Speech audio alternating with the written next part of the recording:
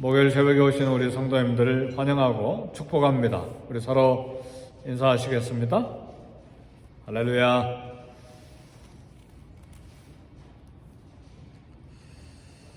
하나님은 옛날이나 지금이나 이 땅에 누가 하나님께 충성된 자인가 이렇게 살펴보고 계십니다.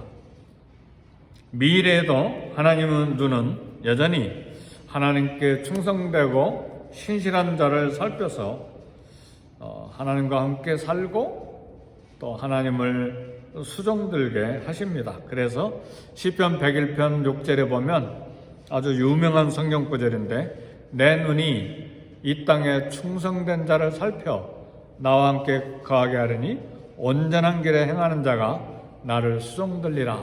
그러니까 하나님의 눈은 계속해서 이 땅에 충성된 자, 신실한 자, 하나님 앞에 전심으로 마음을 쏟는 자를 살피시고 계시면서 바로 그 사람을 하나님과 함께 살게 하겠다고 그랬어요.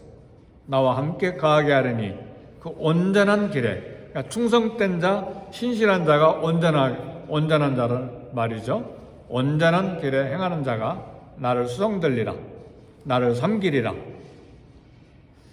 오늘 저와 여러분과 우리 자녀들이 이렇게 하나님께 충성된 자로 하나님의 눈에 보일 수 있기를 주의 이름으로 축복합니다. 그렇게 충성된 자가 되도록, 신실한 자가 되도록 하기 위해서는 우리 자녀들에게도 잔소리해야 합니다.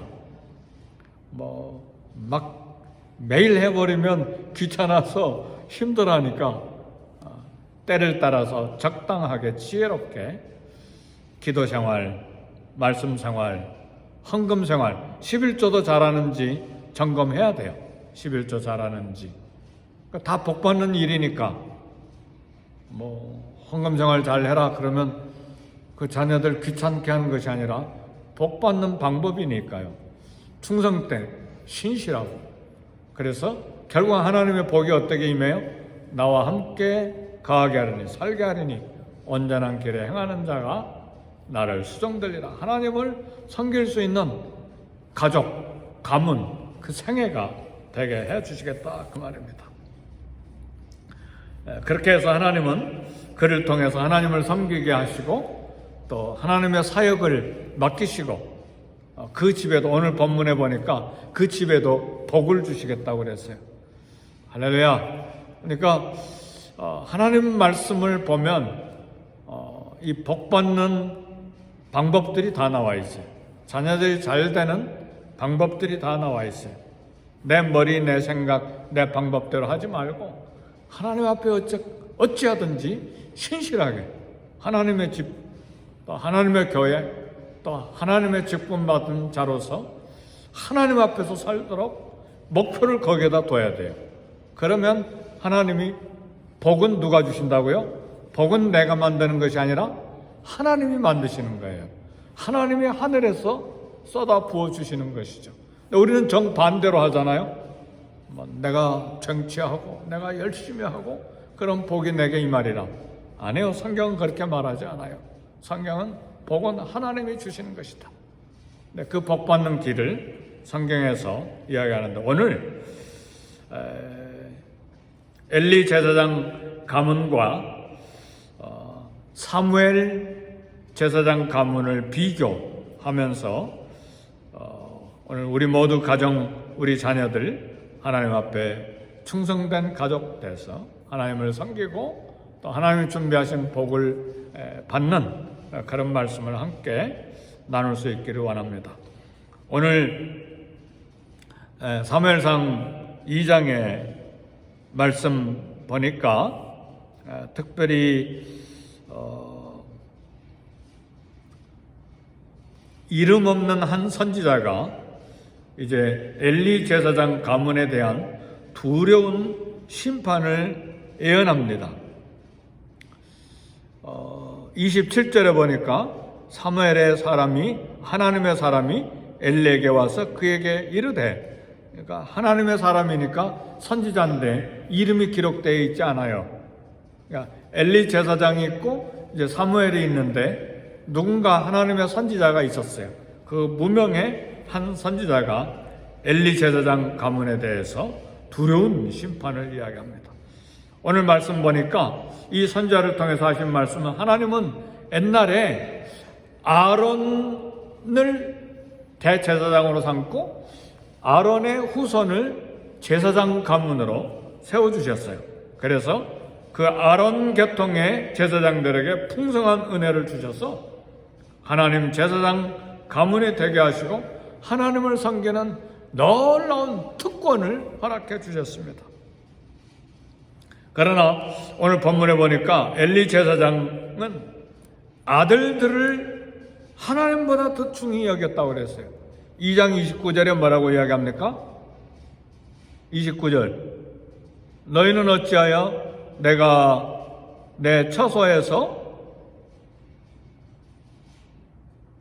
명령한 내 제물과 예물을 밟으며 내 아들들을 나보다 더 중히 여겨 그랬잖아요.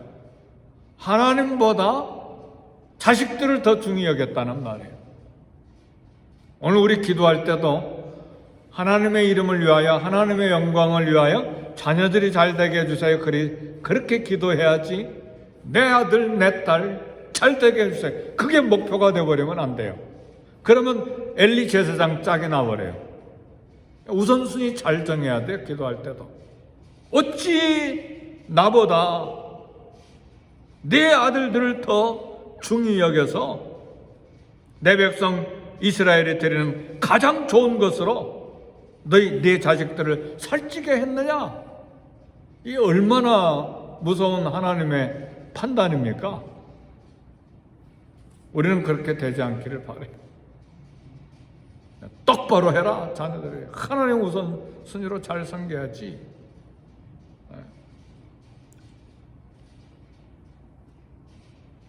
그래서 아들들이 어떻게 했습니까? 그렇게 하니까 엘리 제사장이 그렇게 해버리니까 아들들이 어떻게 했어요? 29절에 하나님의 제물과 예물을 밟았다고 그랬어요.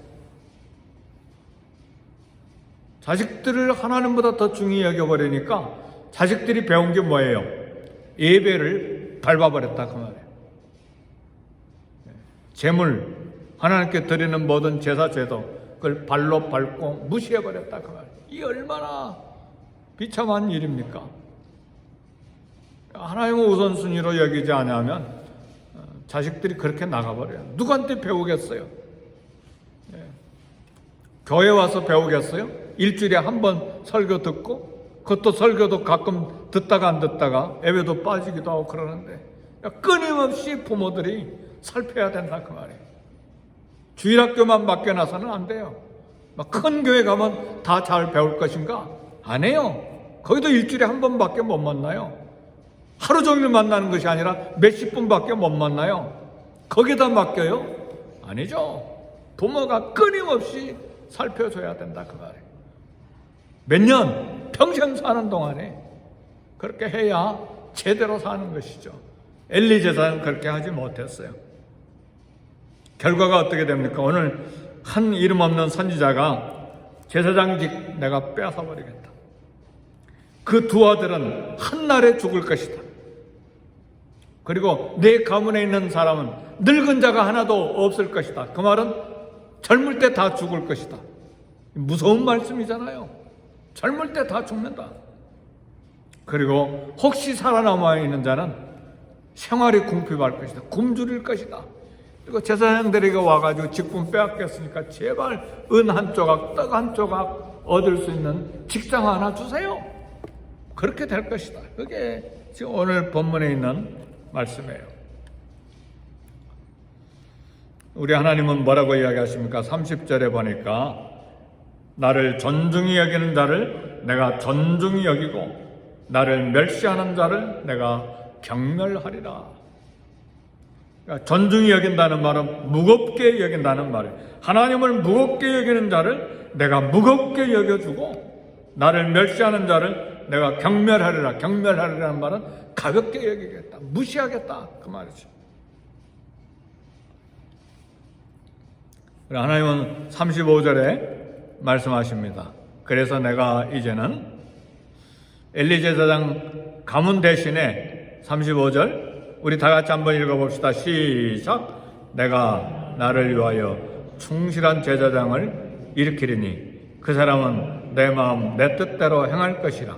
내가 그를 위하여 견고한 집을 세우리니 그가 나의 기름 부음을 받은 자 앞에서 영구히 행하리라. 아멘. 하나님이 새로운 충실한 제사장을 세우시겠다고 하는 말이에요. 하나님을 존중히 여기는 사람, 하나님의 마음과 뜻대로 행하는 사람을 다시 세우시겠다 그랬어요. 그리고 그 사람 집을, 견고한 집을 세우겠다. 내가 그를 위하여 견고한 집을 세우겠다. 그 말은 하나님을 섬길 뿐만 아니라 하나님의 사역을 감당할 일을 맡길 뿐만 아니라 그 집에 복을 내리시겠다고 하는 말이에요. 그 가문을 세워주시겠다고 하는 말이에요. 오늘 충성되이 하나님 섬김으로 저와 여러분의 가정을 세워주시는 복이 있기를 주의 이름으로 축복합니다. 놀라운 복이잖아요. 우리 한국의 믿음의 조상들은 그래서 평생 눈이 오나 비가 오나 뜨거운 여름날이나 추운 겨울이나 새벽제단을 부여잡고 가정과 자녀들과 나라와 민족을 위해서 기도했어요. 그래서 한국이 이만큼 여기까지 온 거예요. 저절로 된 게 아니에요. 공부 많이 해서 천만에요. 그런 게 아니에요. 우리 어머니 아버지들이요, 우리 조상들이 밤낮으로 그것도 못 알아가지고 또 밤에 산에 올라가서 온 산이 막 떠나갈 정도로 기도하고, 겨울에도 올라간 사람들이 있어요. 눈밭에서 기도한 목사님들, 집사님들, 권사님들이 얼마나 많았는지 몰라요. 그것도 금식해 가면서 그 기도를 계속 우리는 이어가야 돼요. 지금 한국 기도가 끝났어요. 기도하는 사람 별로 없어요. 기도원이 많이 비었다고 그래요. LA 부근에도 기도원에 몇몇 기도원 1년에 한 번씩은 제가 기도원에 가잖아요. 연초에 기도원 팔리고 저 기도 팔리고 이 기도원 문 닫고 몇 개 없어요. 갈 데가. 겨우 찾아서 지난 한두 달 전에 한 주 갔다 왔는데, 그럼 물어보니까 별로 안 온대요. 기도하러. 누가 오느냐? 멕시코 사람들이 와요. 히스패닉들이 많이 와요. 살기 위해서. 그러니까 부자가 된 게 다 좋은 게 아니에요. 이분들은 막 살기 위해서 막 뜨겁게 기도하는 거예요. 한국 사람들이 찾아왔던 기도원에 히스패닉들이 다 와서 기도하는 거예요. 현재 누구를 복 주시겠어요?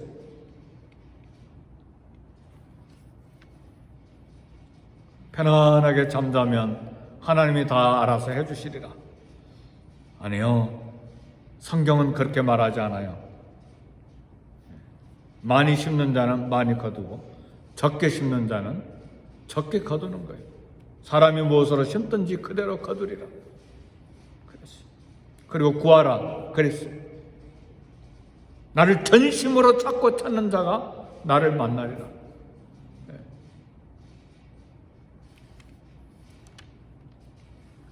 결국은 사무엘 가정을 세워주시겠다고 하는 말입니다. 하나님은 직분, 구원, 이거 육적인 혈통에 좌우되지가 않아요.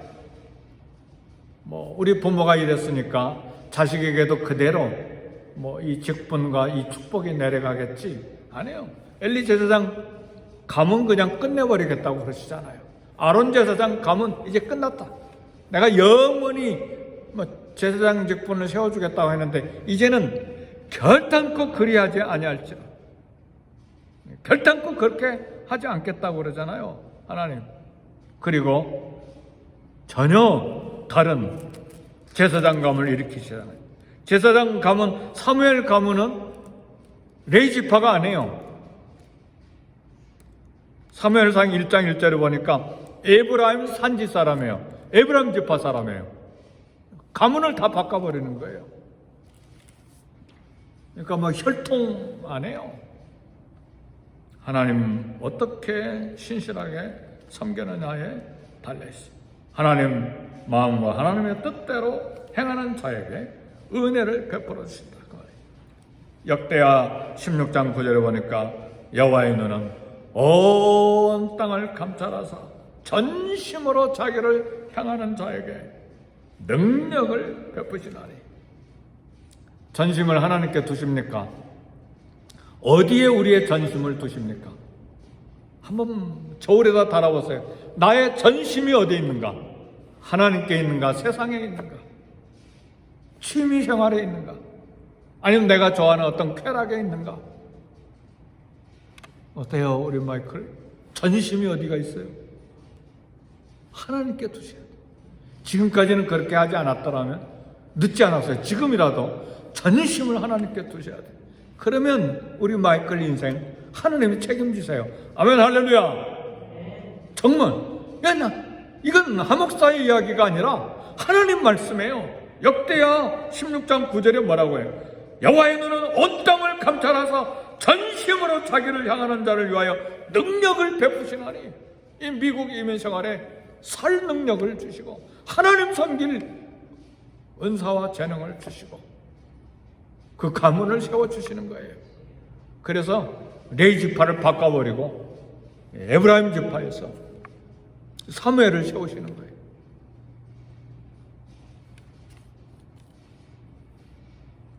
이제 교훈을 받습니다. 내가 나를 위하여 충실한 제사장을 일으키리니. 궁극적으로 오늘 본문의 말씀은 정말 하나님 앞에 충실된 한 대제사장을 일으키시는데 그분이 예수 그리스도십니다.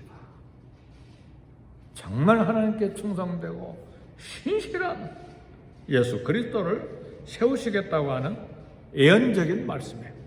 그래서 사무엘을 세우시고 그 다음에 다윗 시대 때는 사독 가문을 일으키시고 그리고 이제 구약 시대가 끝나면서 유다 지파에서 대제사장을 세우시는 거예요.